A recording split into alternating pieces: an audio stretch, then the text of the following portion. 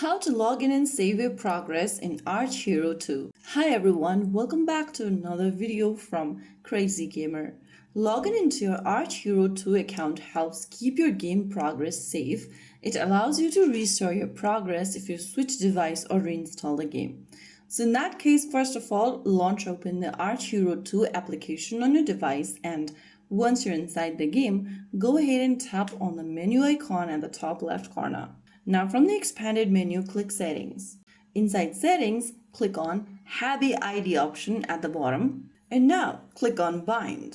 Go ahead and enter your email address and then click on this Receive, and I have a red option at the bottom, and click Continue.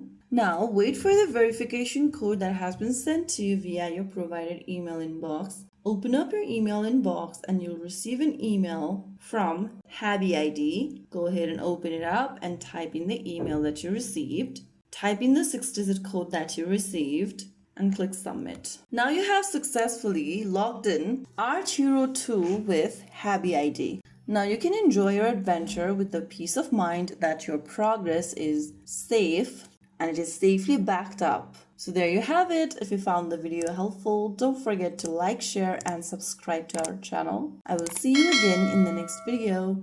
Thank you for watching.